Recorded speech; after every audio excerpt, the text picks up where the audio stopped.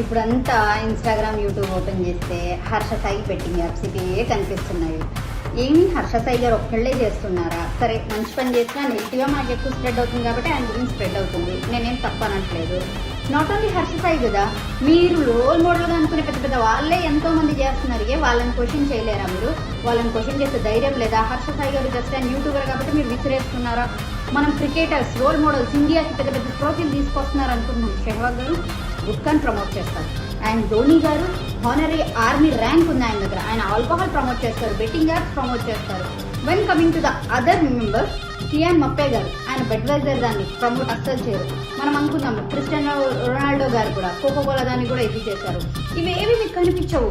మీరు హై పీపుల్ని చెయ్యాలంటే మీకు భయం, అందుకే చిన్న చిన్న వాళ్ళ మీద పడుతూ ఉంటారు.